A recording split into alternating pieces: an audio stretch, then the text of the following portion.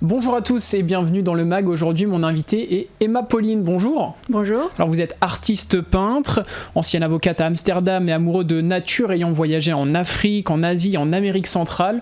Vous débarquez en France en 2009 pour vous lancer dans votre métier de rêve étant petite. Aujourd'hui, vous êtes artiste peintre et afin de rentrer directement dans votre univers, j'aimerais évoquer avec vous 2 citations d'artistes qui vous tiennent à cœur. Alors, la première, un tableau ne vit que par celui qui le regarde, de Pablo Picasso. La seconde citation, le choix de mes couleurs ne repose sur aucune théorie scientifique, il est basé sur l'observation, sur le sentiment, sur l'expérience de ma sensibilité. Henri Matisse. Pouvez-vous nous dire en quoi ces 2 passages vous correspondent ?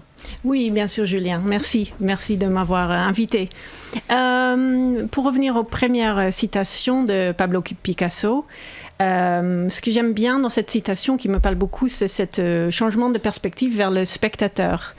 Évidemment, dans mon travail, je me montre, c'est un travail expressif. Je ne fais pas des copies, je ne copie pas de photos ou d'autres tableaux. Tout vient de mon inspiration et tout parle de moi. Donc c'est très intime, je me dévoile, surtout pendant les expositions. C'est vraiment la vulnérabilité, je me montre. Malgré tout ça, ce qui m'intéresse énormément, c'est le spectateur. C'est ce que le spectateur voit. J'ai envie de susciter une émotion, une pensée, un souvenir, quoi que ce soit. J'aime beaucoup cette idée que le spectateur est touché. J'ai envie de toucher les gens et ce qui est évidemment pendant les expositions très intéressant, c'est de discuter, d'avoir ces rencontres et d'apprendre si, oui, véridiquement, le spectateur a ressenti quelque chose. Parce que pour moi, ça, c'est le plus intéressant quand c'est peut-être pas quelque chose de raison, mais plutôt touché au sens, cœur, bas de ventre, même quelque chose qu'on ne peut pas dire avec les mots, mais évoquer quelque chose. Donc mon travail est pour ça. Et en plus de ça, pour moi, il y a un côté un peu narcissique de la vie de l'artiste peintre ou le travail qui je ne veux pas dire que ça me dérange parce que ça fait partie du jeu, je veux m'exprimer, c'est même un besoin de m'exprimer, mais je suis quelqu'un de très curieuse, oui. Qu'est-ce qui drive les gens, qu'est-ce qui rend les gens, qu'est-ce qui donne le bonheur, qu'est-ce qui les rend heureux. Et c'est vrai que mon travail est un peu pour ça. S'il y avait un objectif, c'était peut-être de donner un petit peu de cet bien-être, apaisement et écoute à la voix intérieure. Et donc tout ça, vous essayez de le retranscrire sur vos toiles. Alors justement, sur vos toiles, on retrouve beaucoup de couleurs douces pour des tableaux entre le figuratif et l'abstrait. Qu'est-ce que vous essayez de montrer ? Le couleur, pour moi, c'est le cœur de mon travail, j'ose le dire. C'est vraiment ce qui me donne le plus l'inspiration. Ça vient en fait en général du ciel, parce que le ciel change tout le temps et en impermanence qui me fascine. Je suis beaucoup dehors, je suis quelqu'un qui... dès que je me sens pas à l'aise ou un peu moins bon, déjà depuis mon enfance, j'allais dehors, j'allais bouger dehors. Et je pense dans mon travail, on voit cette besoin de voir le ciel, de respirer.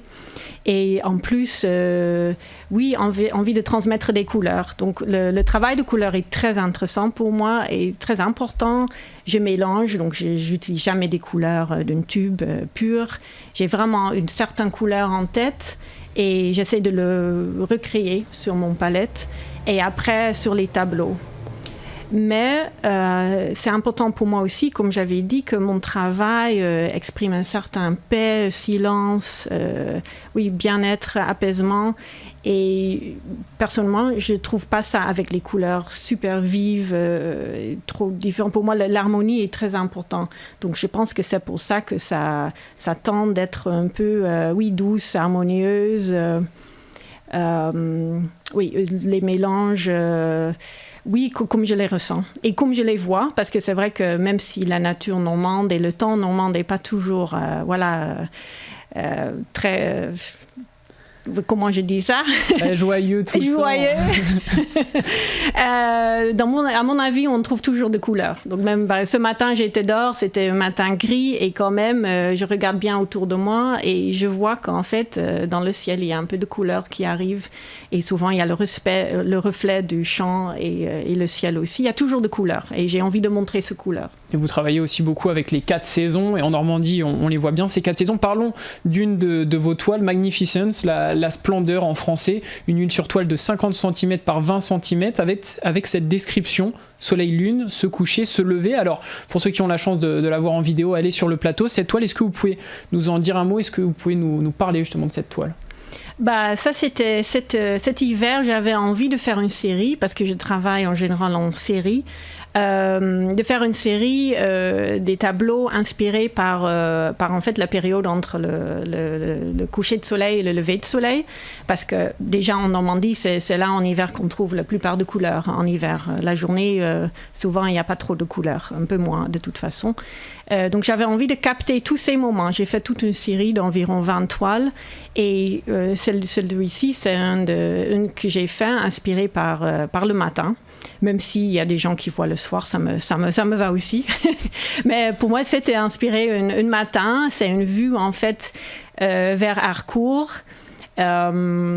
J'essaie toujours avec mes toiles où j'avais l'inspiration, mais c'est jamais une copie. Donc voilà, c'est inspiré par une matin tôt, quand je faisais une marche, ce que j'aime faire tôt le matin, en direction Harcourt, et où j'habite.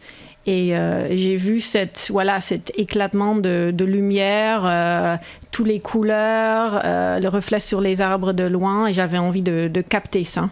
Et pour moi, c'était, splendeur. Et il y a dedans aussi un peu un message d'espoir, en fait. Chaque matin, une nouvelle chance, pour une nouvelle journée.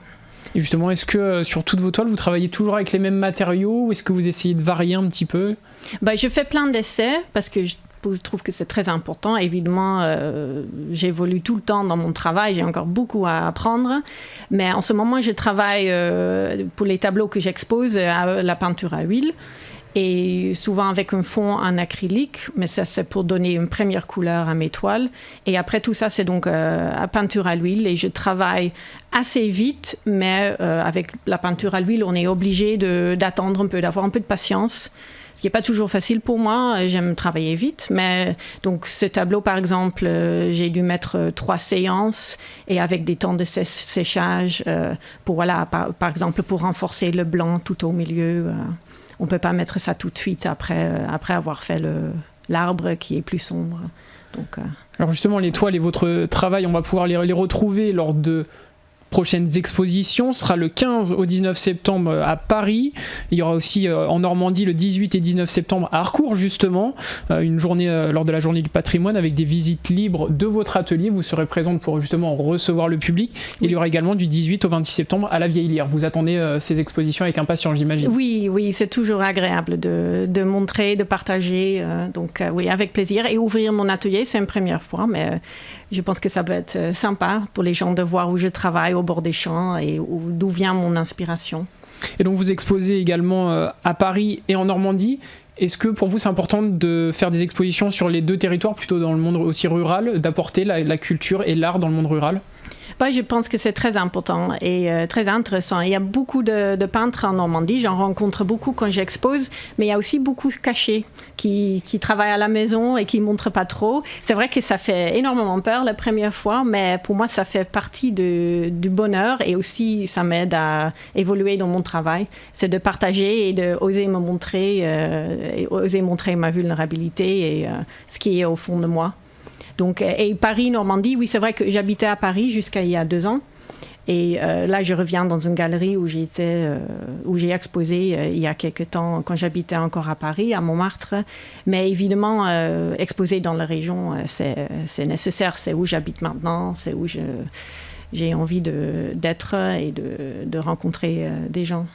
Donc je précise qu'il y aura ensuite l'expo Rêvons aux grands arbres verts, l'exposition individuelle à la galerie 3F de Paris du 27 au 31 octobre. Alors je voulais savoir, est-ce qu'il y a un espace où vous rêvez d'exposer ? Oui, en fait, il y a 2 endroits. Je suis néerlandaise, donc j'ai un espace aux Pays-Bas. Il y a une galerie à Bergen, près de la côte hollandaise, pas trop loin d'Amsterdam. Une très bonne galerie, The Obsession of Art, avec des œuvres magnifiques, et j'aimerais bien me compter parmi ces artistes. Et en France et en Normandie, il y a une galerie à Honfleur, galerie Chay, ou Chay, je ne sais même pas comment prononcer, C-H-A-Y-E. qui est dans un ancien manoir de 13e siècle, je crois.